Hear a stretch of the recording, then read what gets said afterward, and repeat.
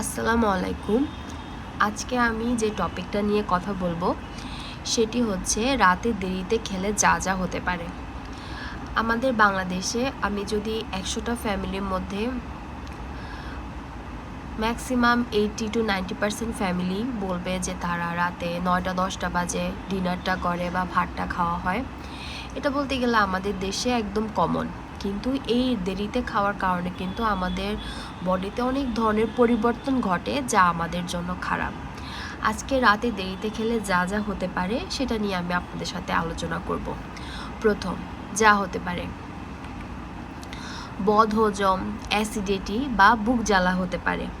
কারণ যখন আপনি ভারী একটা খাবার খেয়ে রাতে শুবেন তখন আপনার পাকস্থলী বা স্টোমাক কী করবে, স্টোমাকে যে খাবারটা যাবে শোয়ার পরে সে খাবারটা পাকস্থলী থেকে খাদ্যনালীতে উঠে আসবে। ফলে রোগীরা বলে যে তাদের টক ঢেকুর, বুক জ্বালা, গলা জ্বালা এগুলো হতে পারে। ঘুমের মান খারাপ হতে পারে।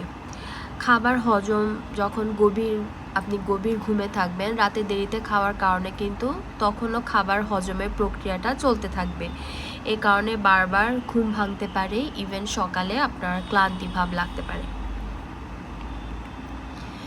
খুবই গুরুত্বপূর্ণ এটা একটা কারণ যে আমরা কিন্তু রাতে যখন অনেকে বলে না রাতে একটা খাবার ক্রেভিংস হয়, তখন কিন্তু আমরা অনেক বেশি ক্যালোরি খাবার খেয়ে ফেলি। এই কারণে কিন্তু আমাদের ওজন বাড়তে পারে।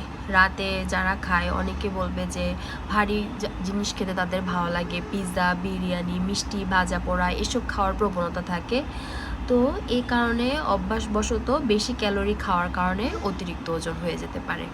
আর অতিরিক্ত ওজন কিন্তু শরীরের জন্য খুবই খারাপ একটা জিনিস। 4, দীর্ঘদিন অভ্যাস থাকলে রাতে খাওয়ার ইনসুলিন রেজিস্ট্যান্সের ঝুঁকি বাড়তে পারে। ইনসুলিন রেজিস্ট্যান্স মানে হচ্ছে আপনার শরীরে ইনসুলিন তৈরি হচ্ছে কিন্তু ইনসুলিন হরমোনটা তার কাজ ঠিক মতো করতে পারছে না। ইনসুলিন কিন্তু আমাদের শরীরে ডায়াবেটিসকে নিয়ন্ত্রণ করার জন্য খুবই একটা গুরুত্বপূর্ণ হরমোন। তো যদি ইনসুলিন রেজিস্ট্যান্স তৈরি হয়ে যায় তার কিন্তু টাইপ 2 ডায়াবেটিস, তার সাথে হচ্ছে ফ্যাটি লিভার এই ধরনের রোগ হওয়ার কিন্তু সম্ভাবনা থাকতে পারে।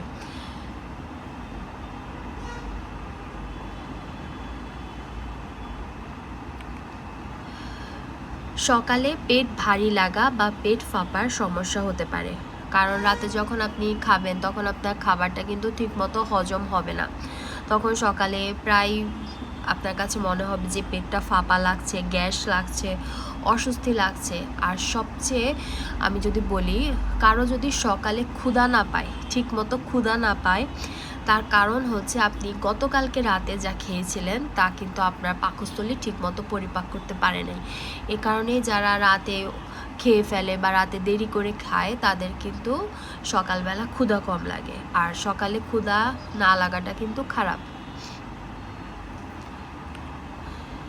রক্তে শর্করা নিয়ন্ত্রণের সমস্যা হতে পারে। একটু আগে আমি বলেছি যে যখন আপনি রাতে দেরিতে খাবেন তখন আপনার ইনসুলিন রেজিস্ট্যান্স হবে। ইনসুলিন আপনার শরীরে থাকবে কিন্তু সে ঠিকমতো কাজ করতে পারবে না। আর ইনসুলিনের মেন কাজই হচ্ছে যে গ্লুকোজকে কোষের ভিতরে ঢুকানো। তো সে যেহেতু গ্লুকোজকে কোষের ভিতরে ঢুকাতে পারবে না, সে শর্করা নিয়ন্ত্রণ করতে পারবে না, আলটিমেটলি কিন্তু ডায়াবেটিস হয়ে যাওয়ার সম্ভাবনা অনেক বেশি। যারা রাতে দেরি করে খায় তাদের ডায়াবেটিস, ফ্যাটি লিভার হওয়ার চান্স 100 টাইমস বেশি হয়ে যায়। এটাই ছিল আমার স্লাইডে, কিন্তু আমি আরও কিছু কথা আপনাদেরকে বলতে পারি যে রাতে কিন্তু আপনি যদি দেরিতে খান তাহলে কিন্তু আপনার কোষ্ঠকাঠিন্য এটা হওয়ার সম্ভাবনা থাকে। এই কারণে আমরা যে জিনিসটা করব সেটা হচ্ছে রাতে আগে আগে খেয়ে ফেলতে হবে। কখন খাবো? আমি যদি বলি আমার মতে সন্ধ্যা 7টা থেকে 7:30, হায়েস্ট 8টা এর মধ্যে আপনি খেয়ে ফেলেন। এরপর আপনি রাতে 10টা-11টা বাজে ঘুমাতে যান। রাতে অবশ্যই তাড়াতাড়ি ঘুমাবেন যাতে স্লিপ সাইকেলটা ভালো থাকে। তাহলে দেখবেন আপনি 7 দিন, 10 দিন, 15 দিনের মধ্যে বডির একটা খুব ভালো চেঞ্জ নিজে অনুভব করতে পারবেন। আর রাতে ধরেন আপনি প্রথম কয়েকদিন তো আপনার বডি ধরেন অনেক খাওয়া রাতে খেয়ে অভ্যস্ত, হঠাৎ করে যখন কমিয়ে দেবেন বা আগে খেয়ে ফেলবেন তখন তো বডি একটু ডিপ্রাইভ থাকবে, যে খেতে চাবে, ক্ষুধা ক্ষুধা ভাব লাগবে। তখন আপনি কি করবেন, যদি খুব বেশি ক্ষুধা লাগে বা খারাপ লাগে, প্রথম একটু দই, ইয়োগার্ট বা বাদাম, এইসব হালকা ফল এসব খেতে পারেন। আস্তে আস্তে চেষ্টা করবেন যে 8টার পর আর কিছু না খাওয়ার জন্য। এটাই আজকে আপনাদের সাথে আলোচনা করলাম। এই স্লাইডগুলো তৈরি করতে আমি খুবই একটু পরিশ্রম করি। আমি চাই আমার এফোর্টটাকে আপনারা অ্যাপ্রিসিয়েট করেন, আমার চ্যানেলটাকে সাবস্ক্রাইব করবেন এবং লাইক দিবেন। Thank you so much. আজকে এই পর্যন্তই। আল্লাহ হাফেজ।